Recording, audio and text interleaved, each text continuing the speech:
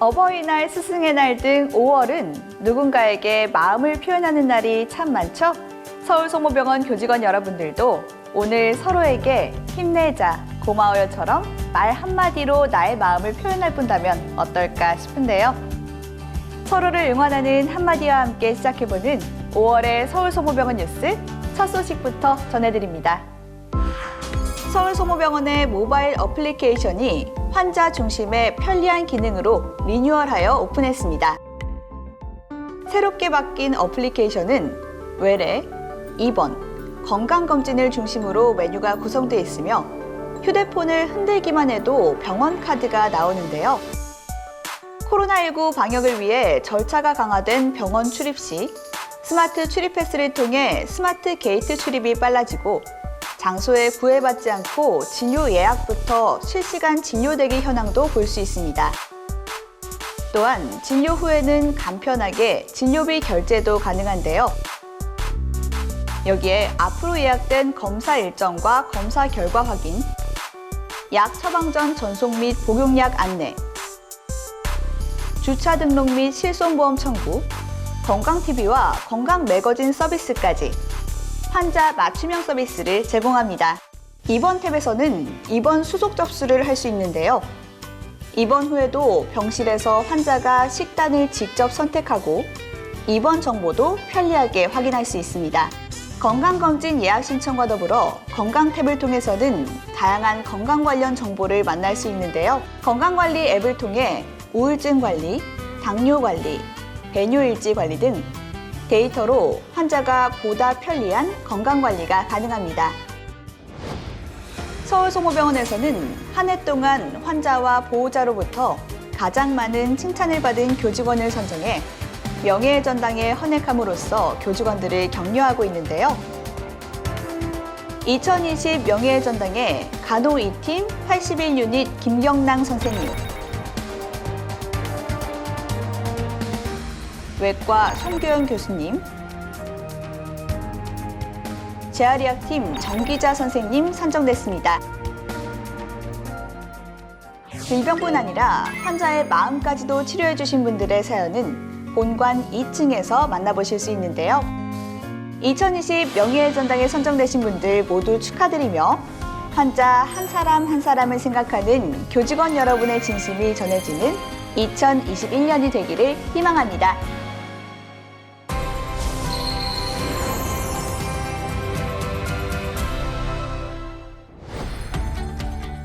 우리가 앉고, 서고, 걷고, 움직일 수 있는 건 우리 몸을 지탱하고 있는 척추 덕분입니다. 그래서 척추를 우리 몸의 기둥이라 하는데요. 만약 잘못된 자세, 외상, 노화 등으로 척추에 문제가 발생한다면 어떻게 될까요? 목, 허리뿐만 아니라 팔과 다리, 엉덩이까지도 영향을 받습니다. 척추 질환은 인생이라는 여정을 생각할 때 심심치 않게 만날 수 있는 불청객과 같은 존재입니다. 원인은 불분명하고요. 하지만 대략 유전적인 요인, 잘못된 습관, 자세, 반복적인 노동, 외상 등이 주된 원인입니다. 목이나 허리에 지속적인 통증이 있다면 반드시 병원에서 검사를 통해서 원인을 찾는 것이 매우 중요합니다. 척추뼈와 척추뼈 사이에는 추간판, 즉 디스크라는 연골이 있는데요. 디스크는 우리가 몸을 움직일 때마다 충격을 완화해주는 쿠션 역할을 합니다.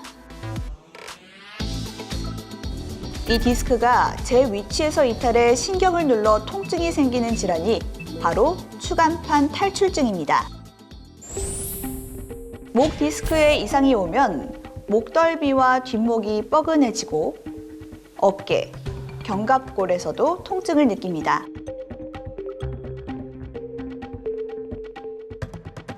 심할 경우 목을 젖히기만 해도 통증이 찾아오고 손의 움직임에도 영향을 미쳐 젓가락질이나 와이셔츠 단추를 채우기 어렵고 팔다리에 마비가 오기도 합니다.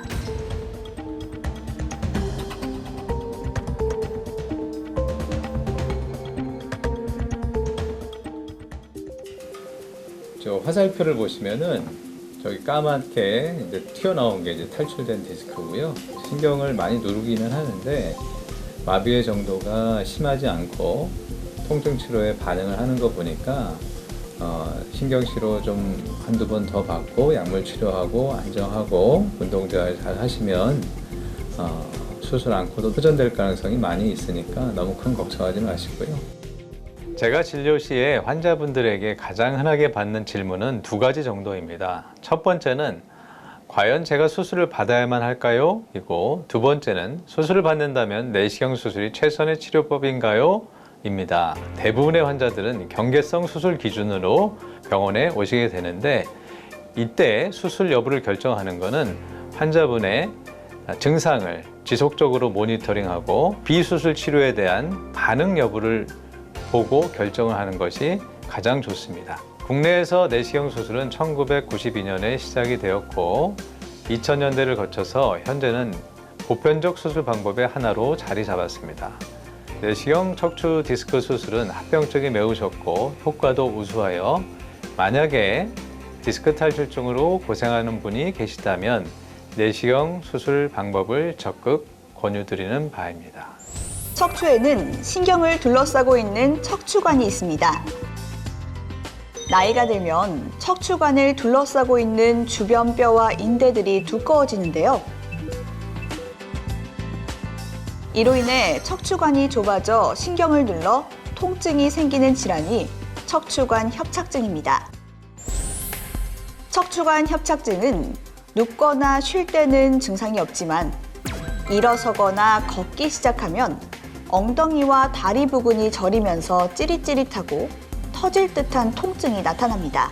또 걷다가 다리에 힘이 빠져 허리를 굽히거나 쪼그리고 앉아 휴식을 취해야 통증이 가라앉는 등 보행 시 심각한 문제가 발생하는데요.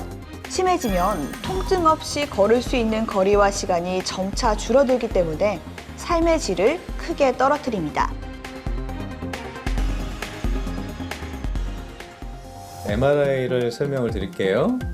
MRI는 요추 3번하고 4번 사이가 한 80% 이상의 협착증이 와 있으세요.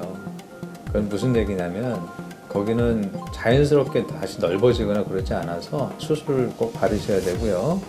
최근에는 기술이 발달해서 내시경 수술 같은 최소 침습 방법으로 잘 고쳐드릴 수 있으니까 그렇게 수술 받는 것을 권해드립니다. 척추 디스크 탈출증은 수술을 해야 하는 경우보다 자연 치유가 되는 경우가 훨씬 많습니다. 그러나 중증도 이상의 경추와 요추 협착증은 오랜 세월을 두고 서서히 신경관을 압박하기 때문에 물리적인 수술을 해야만 좋아지는 경우가 대부분입니다. 최근에는 평균 수명이 늘어나고 건강에 대한 관심이 많아지고 있어 척추관 협착증에 대해 너무 두려움을 갖지 마시고 심한 협착증의 경우에는 적극적으로 수술을 받는 것이 좋겠습니다. 특히 수술에 대한 지나친 두려움이나 비전문가인 주변인들의 잘못된 만류로 수술 시기를 놓쳐 신경이 영구적 손상되어 회복이 불가한 상태로 오시는 경우가 종종 있습니다. 가능한 빨리 척추 전문의의 진료와 상담을 받으시길 추천드립니다. 미국 최소 침습 척추외과를 역임하며 척추 수술 분야의 첨단과 혁신성을 접목시킨 최소 침습 척추 수술의 대가 김진성 교수. 제가 대한민국의 의사로서 환자를 돌보기 시작한 것도 벌써 25년이 지났습니다. 대부분의 의사들은 병아래 의사 시절 명의를 꿈꾸고 환자들도 명의를 찾곤 합니다. 그러나 척추 질환을 치료하고 수술하는 저 같은 척추 의사는 절대 명의가 될 수 없습니다.